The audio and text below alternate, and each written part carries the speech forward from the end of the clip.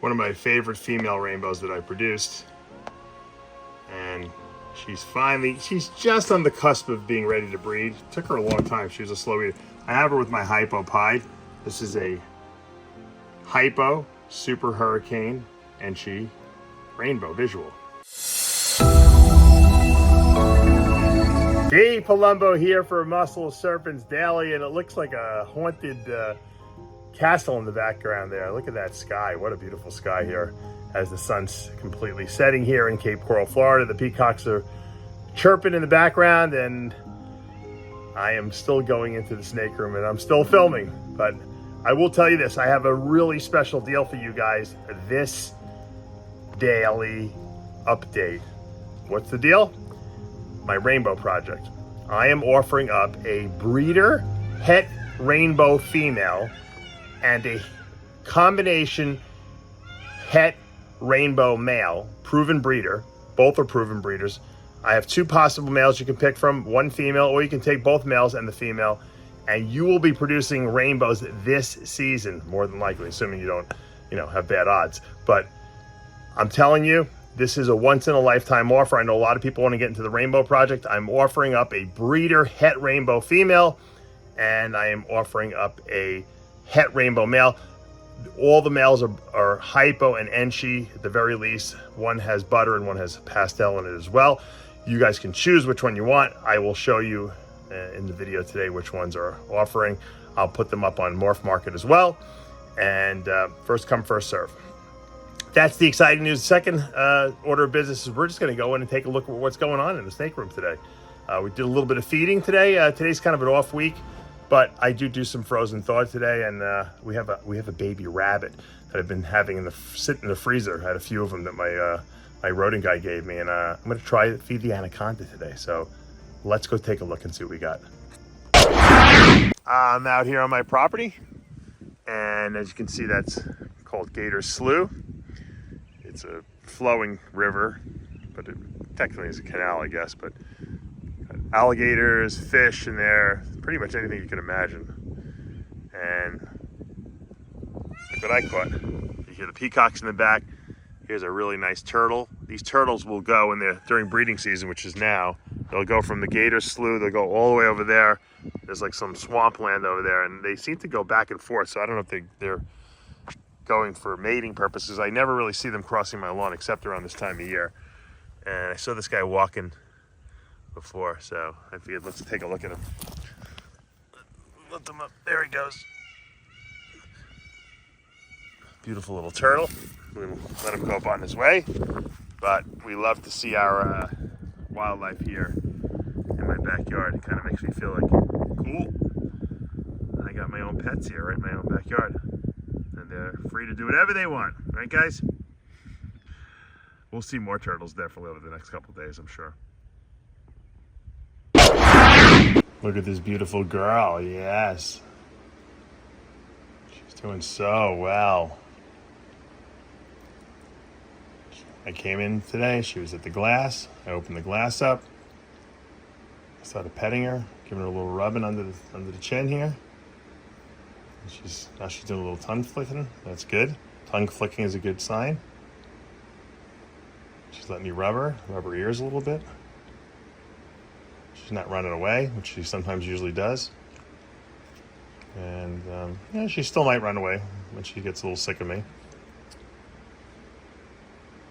She's not walking onto me like the big black dragon does, but it's okay. She's still a baby. She's still young. Just trying to train her. Spend a little time with her. Hopefully have a good little thread here we're establishing. And we'll just leave her at this. All right, that was our girl. Here's our boy, at least we think it is. I probably should start taking some good pictures to have some of my expert friends tell me if they think it's a boy or a girl. We think this is the boy, but he's definitely a lot bigger than the girl, that's for sure, but he's a good eater too. They're both actually good eaters. And they're both in good moods today, which is great. I love to see, I love to come in and play with my water monitors. I bet if I go to pick him up though, he'll probably scram. They've been into getting petted and stroked a little bit, but they're not really so keen about the picking them up yet. This guy was good initially, and then he kind of, as he got a little older, he kind of was like, I don't know if I want to be picked up by you anymore. Oh boy, we love our monitors. Okay, here's the mother on her clutch of eggs. Black Pastel, Mojave, Spider, Het Clown, and she was proven out to be Het Hypo last time she had a litter, which was about a year and a half, 2 years ago. She didn't go last year, so it's no surprise that she went a little early this year.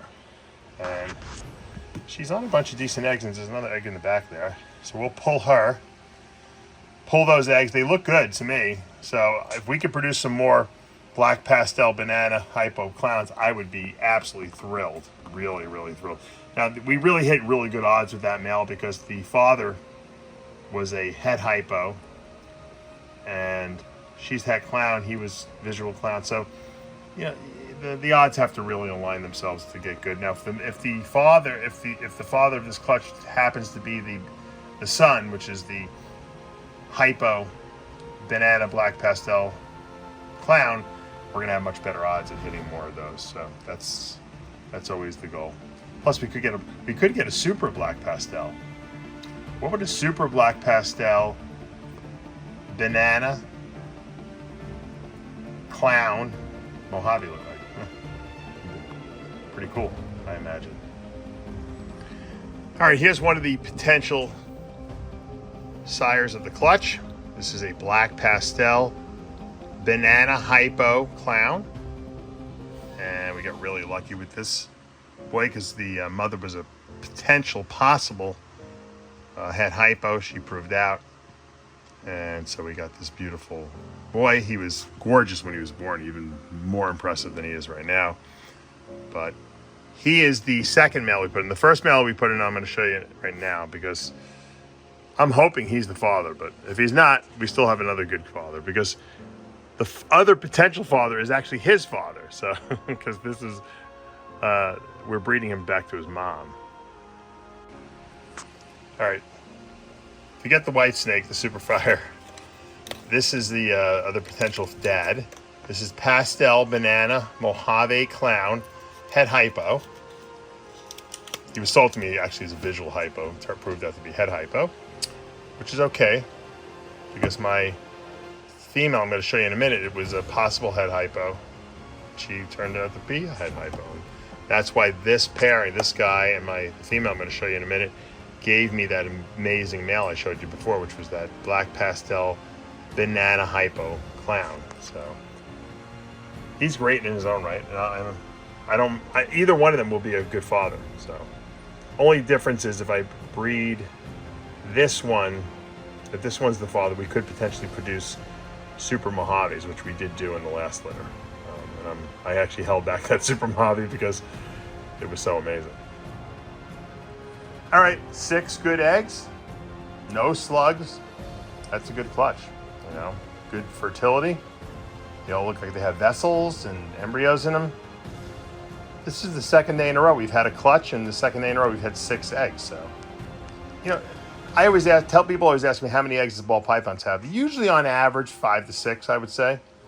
I've had snakes that have had 12, 13, 14 eggs. That's a big clutch though. And I've had snakes that have 3 or 4 eggs. But this is 6 is about average, I would say. That's a nice size clutch.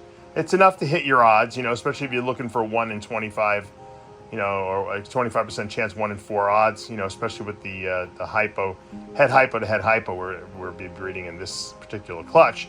That should be enough to hit that. Now the question is, do we hit it on the same time we hit the clown? Because it's a 50% chance to hit a clown. So that's a 1 in 2 chance, 1 in 4. So it's a 1 in 8 chance of actually hitting a hypo clown in this clutch. And we only have 6 eggs. So the odds say we don't hit the hypo clown, but sometimes you get lucky. When I hit that hypo clown, the Banana Hypo Black Pastel Clown, those odds were astronomical. And I only had 4 eggs in that clutch. So you never know. It depends on whether the gods are feeling like gracing you on that particular day. So 60 days, we'll see how these things hatch. I I want to show you the Super Mojave, which is a blue-eyed leucistic. You can see that nice blue eye. This is a Super Mojave banana. Possible pastel, possible black pastel. And to me, it looks like a clown. We did actually put a black light on it, and it looks clownish. This would be a 66% hypo. This was from those other parents I showed you, the female who just laid, and the father that I think was the first one I put in there. So that was the pastel Mojave banana clown that had hypo. So this, I mean, and this snake potentially could be hypo too. I mean, I put 66% hypo, but it could be a visual hypo. We don't know.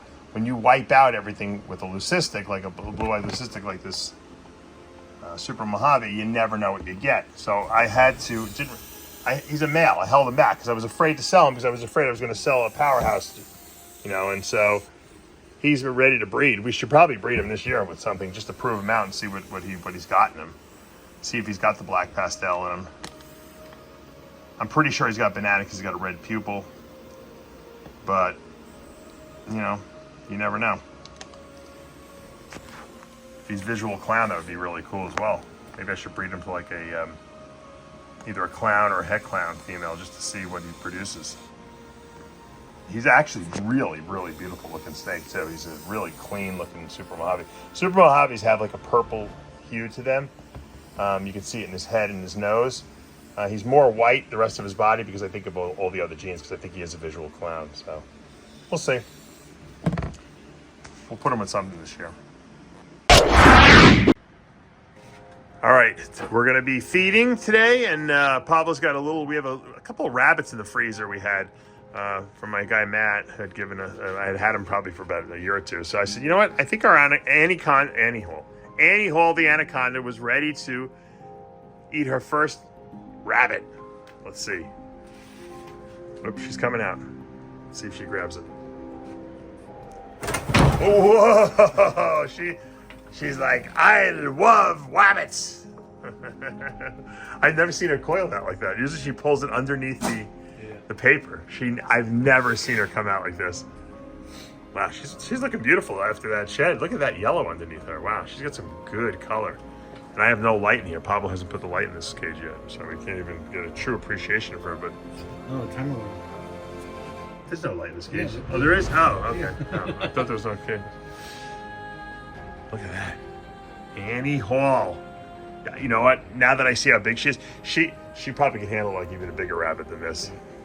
We could probably feed her one rabbit a month and she'd probably be fine. Yeah. All right, there it is.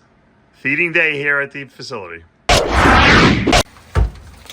We just fed this girl a rat, a frozen thawed rat. She's acting like the thing is moving around 100 miles an hour. Matter of fact, they were so excited when these carpet pythons smelled the food, they were like attacking each other. So I still have the male and the female together, even though they already had a litter clutch earlier this year. So, and then you're not supposed to feed with them in the same cage. We separate them. We usually put one under a hide box. So what? She's got it with her body. She doesn't even have it with her mouth. Yeah, no, she got it with her mouth. Oh, she does. Yeah.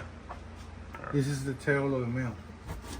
Oh, okay. I got confused there for a second. All right, let's let them digest. All right, I'm making you guys a great little deal. I have a het rainbow female here. She's a breeder, proven. I produce rainbows with her. Beautiful girl. Doesn't want to show her face, but you can see how big she is. Hasn't been paired up with anything this year. She'll probably go. She's been eating really well, medium rats. And I'm gonna create a nice little breeder package. Her and a het rainbow male. I'm gonna show you the het rainbow males that I have available. And very rarely will I ever do this, but you know what? I have a lot of visual rainbows now, so I'm gonna sell off this girl, make a little room in the future for some more visuals, because I want to take this rainbow project to the next level. And this is a great opportunity for someone looking to get into the rainbow project this year. And here is going to be our male that I'm going to be offering up. I'm going to give you two options, actually. This is a Hypo Pastel, 100% het rainbow male, proven breeder several times over. And so if you want to get Enchi and Pastel, and this is a visual Hypo into your rainbow projects, this is the male to do it. This is one of the males that was responsible for creating some of the beautiful rainbows I've made. And this is a great opportunity. Once again, Hypo, Pastel, Enchi, het rainbow male here. Looking beautiful. All right, here's your other option for a 100% het rainbow male. This is a Hypo Enchi butter het rainbow. You've seen my butter rainbow visuals. They're gorgeous. They get red eyes. Really, really nice. So here's, once again, the visual Hypo butter Enchi 100% het rainbow. So you can get one of these boys. You can get both of them if you want, and pair it up with that het rainbow girl, and be good to go, man. You can produce this year some visual rainbows. I'm making this available. It'll be on my Morph Market account. All right, I had to end this video since I was teasing with rainbow stuff. One of my favorite female rainbows that I produced.